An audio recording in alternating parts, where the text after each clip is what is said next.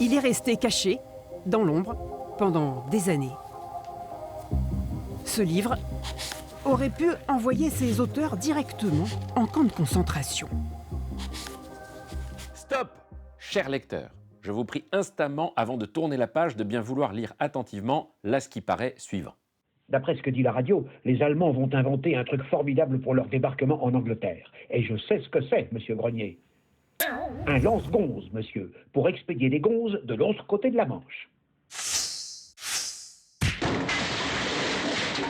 C'est mon grand-père, Jacques Grenier, qui a écrit ce livre pendant la guerre. Et il a été illustré par un jeune homme qui s'appelle Daniel Dietlin. Il relate les à ce qui paraît, c'est comme ça que mon grand-père appelait les ragots, qui étaient racontés dans Bordeaux, sur les Allemands la plupart du temps, mais pas que, sur l'attitude de certains Bordelais aussi, pendant la guerre.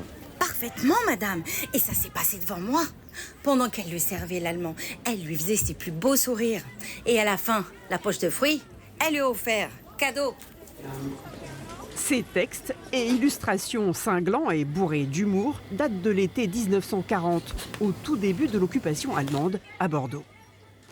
C'est à la fois très marrant et très poignant, parce que ça relate aussi des côtés les plus vils de l'âme humaine, par moments. Il a été caché dans un matelas qui était recousu dessus pour ne pas qu'il soit découvert, parce que c'était très dangereux, bien sûr. C'était un acte de résistance. Quand on était enfant, ça nous paraissait quelque chose de très interdit, justement. Donc un objet qu'on ne montrait toujours pas.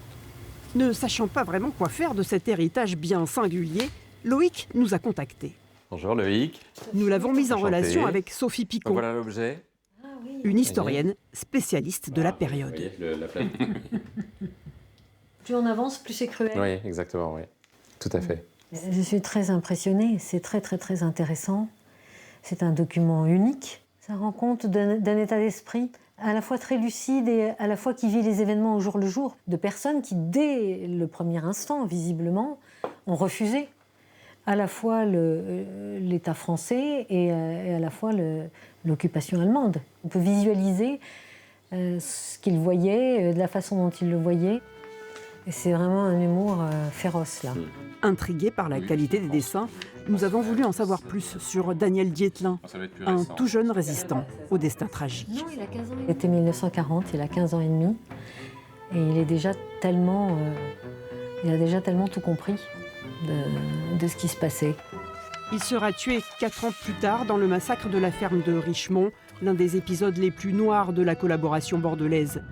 Élève du lycée Montaigne, il rejoint le maquis de Saucats dans la lande girondine avec d'autres camarades d'école. Ils doivent faire sauter un pont. L'un des rescapés raconte.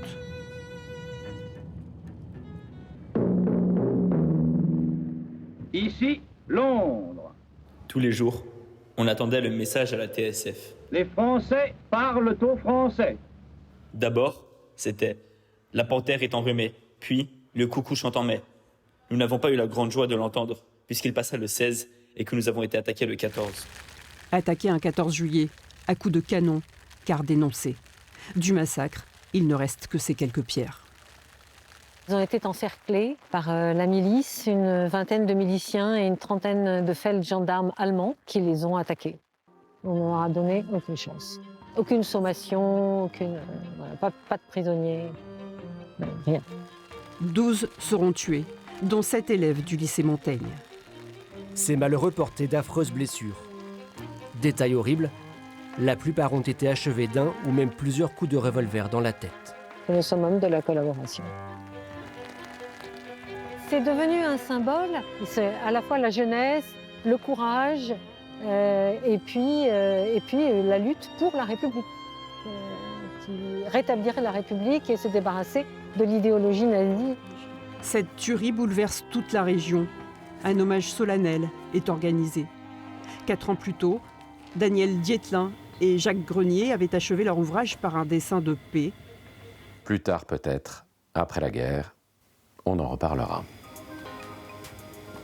Aujourd'hui, il n'est plus question de laisser ce petit trésor dans l'ombre. À ce qui paraît, pourrait bien être exposé aux archives, dans des musées, ou pourquoi pas être un jour publié.